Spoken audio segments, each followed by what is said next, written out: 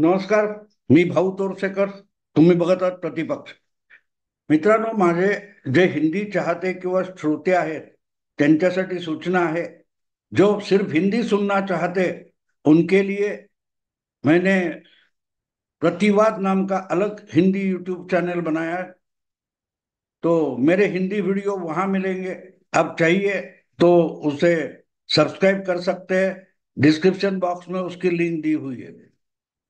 तर मित्रांनो, आपण आता आजच्या विषयाकडे वळू। आजचा माझा विषय, मला राहुल गांधी का आवडतात। राहुल गांधींचा आत्मविश्वास मला भयंकर आवडतो। आणि आईन्स्टाईन असं म्हणतो की अडाणी माणसांमध्ये आत्मविश्वास खचाखच भरलेला असतो आणि बुद्धिमान माणसं नेहमीच गोंधळलेली असतात, कन्फ्युज्ड असतात। आणि म्हणून मला राहुल गांधींचा आत्मविश्वास आवडतो। आणि माझा भाजपच्या कुठल्याही नेत्यापेक्षा राहुल गांधींच्या आत्मविश्वासावर जास्त विश्वास आहे। आणि म्हणून तुम्हाला आठवत असेल की मी राहुल गांधी जेव्हा लोकसभेत विरोधी नेता झाले तेव्हा मी त्याला सकारात्मक गोष्ट असं म्हटलेलं होतं। आता देखील जे बघाल तुम्ही की आजपर्यंत राहुल गांधी परदेशात जाऊन सॅम पेट्रोडा किंवा इतर कोणाच्या मदतीने जे काय कार्यक्रम करायचे, संबोधन करायचे, ते ठीक होतं। लोकसभेचा एक सदस्य, गांधी घराण्याचा चौथ्या पाचव्या पिढीचा तरुण किंवा काँग्रेस पक्षाचा एक नेता, एवढीच त्यांची ओळख होती। पण ज्या वेळेला तुम्ही घटनात्मक पदावर येता तेव्हा तुमची सार्वजनिक आणि घटनात्मक जबाबदारी वाढत असते। आणि अशी कुठचीही जबाबदारी स्वीकारून त्या मर्यादेत राहणं हे राहुल गांधींच्या स्वभावातच नाही। साहजिकच एक अतिशय जबाबदार पद स्वीकारल्यानंतर राहुल गांधी जो गोंधळ घालतील त्यामुळे काँग्रेस पक्षाची आणि काँग्रेस बरोबर असलेल्या सगळ्या विरोधी पक्षांची हळूहळू करत बेअब्रू होत जाईल हे मला माहिती होतं। आणि मी उघडपणे भाजपचा किंवा नरेंद्र मोदींचा समर्थक आहे। त्यामुळे काँग्रेस आणि विरोधी पक्षांची तारांबळ उडवणारा कोणी असेल तर त्याचं भाऊ पसरून मी स्वागतच करणार। त्यामुळे राहुल गांधी मला का आवडतात याचं हे एक कारण आहे। शेवटी एक गोष्ट असते मित्रांनो, आपल्या घरात एक पोर असतं, त्याची आपण पाठ थोपटतो, ते बालिशपणा करतं, खोलचटपणा करतं, तरी लोक आलेले पाहुणे हसतात। पण हळूहळू जेव्हा ते पोर शेफारतं तेव्हा त्याला दोन धपाटे घालायची वेळ येते। आणि ते धपाटे घातले जात नसतील तर ते फक्त विनोदाचा विषय राहत नाही। ज्या घरातलं, ज्या परिवारातलं ते मूल आहे त्या परिवाराचं अधिकाधिक नुकसान सुरू होतं। आणि राहुल गांधी हे नेमके अशा गटात असतील तर त्याचं भाजपवाल्यांनी स्वागत करावं असं मी नेहमी म्हणतो। अर्थात राहुल गांधी पप्पू आहेत, पप्पू आहेत हे गाले 10 वर्ष चालूच आहे। पण त्यामुळे राहुल गांधींचा आत्मविश्वास किंचितही कमी झालेला नाही। तुम्हाला आठवत असेल 5-6 वर्षापूर्वी कधीतरी त्यांनी असंच तासभर काहीतरी भाषण केलं आणि मग ते पंतप्रधानांच्या आसनाजवळ गेले आणि त्यांना अगदी मिठी मारली आणि आपण कसे मोहब्बत का दुकान चालवतोय वगैरे वगैरे हे सांगत बसले। आणि त्यानंतर त्यांनी आपल्या पक्षाचे संसदेतील उपनेते असलेले ज्योतिरादित्य सिंधे यांना डोळा मारला होता आणि तो नेमका कॅमेऱ्याने टिपला होता। त्यामुळे आधी घडलेल्या सगळ्या घटनांना एका सेकंदात राहुल गांधींनी पोरकट ठरवलं, स्वतःच उभारलेल्या इमल्याला स्वतःच लाथ मारली। ज्या वेळेला असा नेता तुमच्या प्रतिस्पर्धेमध्ये असतो तेव्हा तुमच्यासाठी ती एक सुविधा असते, सोय असते। प्रत्येक निवडणुकीच्या वेळेला, मग विधानसभेची निवडणूक असो किंवा लोकसभेची निवडणूक असो, म्हणून तर मी म्हणत असतो अशा निवडणुकांमध्ये भाजपची साधनांची जुळवाजुळव करतं, मुद्दे शोधून काढतं, प्रचाराचे मुद्दे, भाषणाचे मुद्दे, साधन साहित्य, सगळ्या गोष्टी जेव्हा शोधत असतं आणि जमवत असतं तेव्हा त्यांच्या यादीमध्ये एक आयटम पक्का असतो, तो म्हणजे राहुल गांधी। आपल्या समोर राहुल गांधी यावेत ही काँग्रेसची भाजपची नेहमी अपेक्षा गेल्या 10 वर्षात राहिलेली आहे. तुम्हाला आठवत असेल तर मित्रांनो, 2 वर्षापूर्वी जेव्हा गुजरात आणि हिमाचल प्रदेशच्या निवडणुका व्हायच्या होत्या, त्यावेळेला नेमकं राहुल गांधींनी पहिली पदयात्रा काढली होती कन्याकुमारी ते काश्मीर. आणि त्यांची पदयात्रा दक्षिण भारतातल्या 3-4 राज्यातून फिरत फिरत महाराष्ट्रात आणि महाराष्ट्रातून पुढे मध्य प्रदेश आणि गुजरातच्या कडेकडेनी काश्मीरकडे गेलेली होती. पण या पदयात्रेत अगदी जवळ असलेल्या गुजरातच्या सीमा राहुल गांधींनी ओलांडल्या नाहीत. ती पदयात्रा चालू ठेवली आणि राहुल गांधी केवळ एका प्रचार सभेसाठी गुजरातमध्ये गेले होते.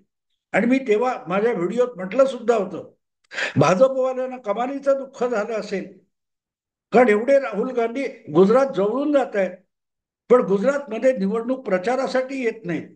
कारण राहुल गांधी प्रचाराला आले तर ते काहीतरी असा खळूचटपणा करतील की त्याचा भारतीय जनता पक्षाला मतदानामध्ये फायदा मिळू शकेल. गंमत बघा, राहुल गांधींची पदयात्रा काश्मीरकडे पोहोचण्यापूर्वीच तेव्हा हिमाचल प्रदेशच्या निवडणुका किंवा मतदान होऊन गेलं होतं, कारण नंतर तिथे बर्फ पडणार होतं, म्हणून 1-1.5 महिना आधीच हिमाचलच्या निवडणुका आणि मतदान होऊन गेलं होतं. आणि हिमाचलला राहुल गांधींचे निवडणूक काळात पाय सुद्धा लागले नाहीत आणि हिमाचलमध्ये काँग्रेसचा विजय झाला. आणि गुजरातमध्ये राहुल गांधी ओझरती पायधूळ झाडून आले तर रेकॉर्ड ब्रेक जागा भाजपने जिंकल्या. आणि म्हणून मी नेहमी सांगतो की राहुल गांधी हा भाजपसाठी राजकारणातला एक ऍसेट बनून राहिला. आणि मी भाजप समर्थक असल्यामुळे मला राहुल गांधी खूप आवडतात, खूप आवडतात. आता सुद्धा तुम्ही बघाल की राहुल गांधी अमेरिकेत गेले होते आणि तिथे त्यांनी जे काय पराक्रम केलेत ते हळूहळू बाहेर येत आहेत. आपल्या पक्षाची नाचक्की करून माणूस येतो, आपल्या देशाची नाचक्की करून येतो. हा राहुल गांधीचा परदेश दौऱ्याचा इतिहास आहे. कुठच्या तरी एका मला माहिती नाही आता नेमकं कोणी कोणी ते व्हिडिओ दाखवलेले आहेत, पण एका ठिकाणी एका पत्रकाराने त्यांना प्रश्न विचारताना इंडी अलायन्स असा उल्लेख केला, तेव्हा राहुल गांधी प्रक्षुब्ध झाले किंवा रागावले आणि म्हणाले इंडिया अलायन्स म्हणू नका, इंडिया अलायन्स म्हणा. तेव्हा त्या पत्रकाराने साधा प्रश्न विचारला की तुम्ही जे आघाडीला इंडिया असं नाव दिलंय त्याला भाजप ईडी म्हणतो असं तुमचा दावा आहे, पण मग तुम्ही जे इंडिया अलायन्स म्हणताय त्यात शेवटचं अक्षर ए असं येतं इंग्रजी, त्या एचा अर्थ काय लावायचा? तर राहुल त्याचा अर्थ अलायन्स आहे. मग इंडिया हे संपून परत पुढे अलायन्स असा शब्द का लावता? इंडिया अलायन्स का म्हणायचं आणि अलायन्स असं का नाही म्हणायचं? नेमकं काय म्हणायचं? कारण इंडिया हेच पूर्ण नाव असेल तर पुढे एचा आणखीन एक वापर करायचा नाही, किंवा इंडिया अलायन्स म्हणताना त्यामध्ये दोनदा ए घातला पाहिजे. आणि राहुल गांधींची तारांबळ उडाली, हास्यास्पद झाले राहुल गांधी. दसलेली अक्कल माणूस पाजळायला जातो तेव्हा नेमकं असंच होतं. आणि राहुल गांधींची ती खासियत आहे, जसं मी तुम्हाला सुरुवातीला उदाहरण दिलं की ज्या वेळेला घरातलं पोर बालिश फुलिश काहीतरी करत असतं आणि आपण लहान मुलं आहे म्हणून त्याचं कौतुक करतो, तेव्हा त्या मुलाला वाटतं आपण काहीतरी महान करत आहोत, म्हणून ते मूल अतिरेक करायला लागतं. आणि राहुल गांधींची अवस्था नेमकी भारतीय संसदीय राजकारणामध्ये तशीच होत गेलेली आहे. पण ज्यांना काँग्रेस पक्षात राहायचंय, मिळतील ते फायदे पदरात पाडून घ्यायचे, त्यांना राहुल गांधींच्या या पोरकटपणाचं आणि खोलचटपणाचं कौतुक करावंच लागतं. उदाहरणार्थ मी वारंवार सांगतो, जयराम रमेश हा अत्यंत बुद्धिमान माणूस आहे. आणि हा पहिला माणूस आहे की ज्याने 13 वर्षापूर्वी 11 वर्षापूर्वी 2013 मध्ये एका वर्तमानपत्राला मुलाखत देताना म्हटलं होतं की नरेंद्र मोदी हे काँग्रेस समोरचं स्वातंत्र्योत्तर काळातलं सगळ्यात मोठं आव्हान आहे. काँग्रेस पक्ष मोदी नावाच्या झंझावातासमोर टिकणं सुद्धा अशक्य आहे असं म्हणणारा जयराम रमेश नावाचा नेता काँग्रेसचा आज ज्या प्रकारे कुत्र्यालाही लाजवेल अशी शेपटी हलवत राहुल गांधींच्या मागे मागे फिरतो आणि राहुल गांधींच्या खुळेपणाचं समर्थन करतो, तेव्हा काँग्रेसची आणि विरोधकांची अवस्था काय आहे हे लक्षात येऊ शकेल. मोदी विरोधातले किंवा भाजप विरोधातली मतं एकवटली याचा फायदा काँग्रेस पक्षाला आणि इंडी अलायन्सला मिळाला, पण तो राहुल गांधींचा करिश्मा नाहीये की राहुल गांधीमुळे एवढ्या जागा जिंकल्या, एवढी निवडणूक जिंकली, असं होऊ शकत नाही. हा, पण राहुल गांधी गेले नाहीत तर काँग्रेसचा फायदा होतो हे आपण हिमाचलमध्ये बघितलं. अगदी गेल्या विधानसभा निवडणुकीत महाराष्ट्रात सुद्धा राहुल गांधी, प्रियंका वाड्रा वगैरे प्रचाराला आले नव्हते. एक नांदेडमध्ये 2 सभा घेऊन राहुल गांधी सटकले होते, पण तरीही काँग्रेसच्या 44 जागा महाराष्ट्रात विधानसभेमध्ये निवडून आल्या होत्या. तर सांगायचा हेतू असा की मला राहुल गांधी का आवडतात, तो त्यांचा खुळचट आत्मविश्वास असतो आणि त्याची प्रचिती राहुल गांधी सतत देत असतात. कुठेही काहीही बेताल बोलायचं, कुठेही बोलायचं, काहीही बोलायचं. आणि तेच झालं. एक आणखीन व्हिडिओ मी या निमित्ताने कुठेतरी बघितला, फार सुंदर आहे. एक जुना पत्रकार ज्याने त्या राहुल गांधींच्या पत्रकार परिषदेमध्ये, आत्ताच्या नाही, कदाचित तो आधीचा व्हिडिओ असेल, मला आता वेळ वगैरे आठवत नाही, पण तेव्हा राहुल गांधी जेव्हा परदेशात जाऊन स्वदेशाची बदनामी करतात याकडे लक्ष वेधण्यासाठी आणि थोडक्यात राहुल गांधींचे कान उपटण्यासाठी हा ज्येष्ठ पत्रकार राहुल गांधींना आपला एक अनुभव सांगतो की मी तुमच्या पणजोबा नेहरूंना त्यांच्या निवासस्थानी त्रिमूर्ती भवन मध्ये जाऊन भेटलेलो आहे.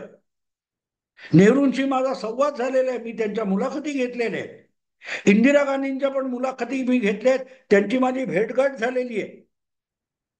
हे तुमचेच पूर्वज आहेत आणि जमलंच तर राहुल गांधीजी जरा काही आपल्या पूर्वजांपासून शिका.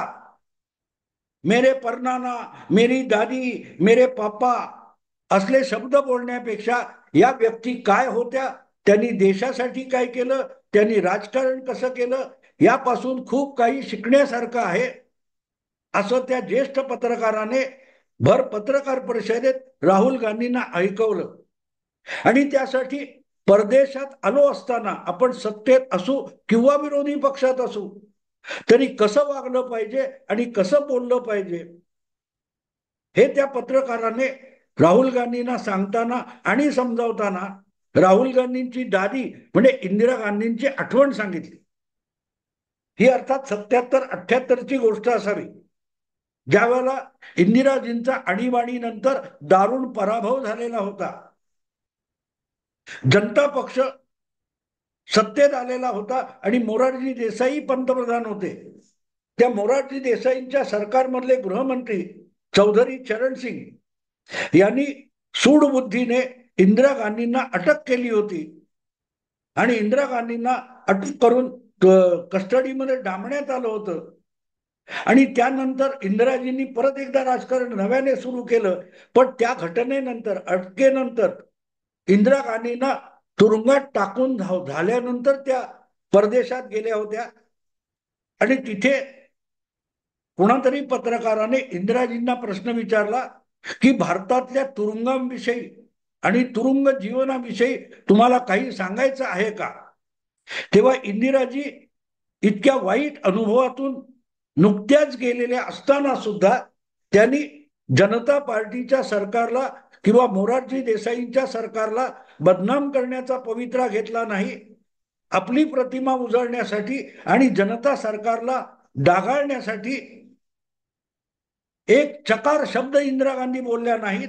उलट त्या पत्रकाराला त्यांनी ठणकावून सांगितलं की मी इथे आलेली आहे, माझ्या कामासाठी आलेली आहे, माझ्या देशाची बदनामी होईल, माझ्या देशाची प्रतिमा डागाळली जाईल असा एक शब्द सुद्धा मी बोलणार नाही. त्यांचं म्हणणं सरळ होतं. की भले माझ्या देशातल्या तुरुंगात जाण्याची वेळ माझ्यावर आली, तो माझ्यासाठी खूप वाईट अनुभव असेल, तरी परक्या भूमीवर मी माझ्या देशाचा अपमान होईल, बदनामी होईल असं काहीही बोलणार नाही.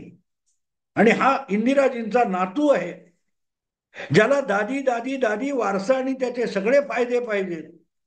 दादी शहीद झाले, मेरे पापा शहीद झाले असं सांगायचं.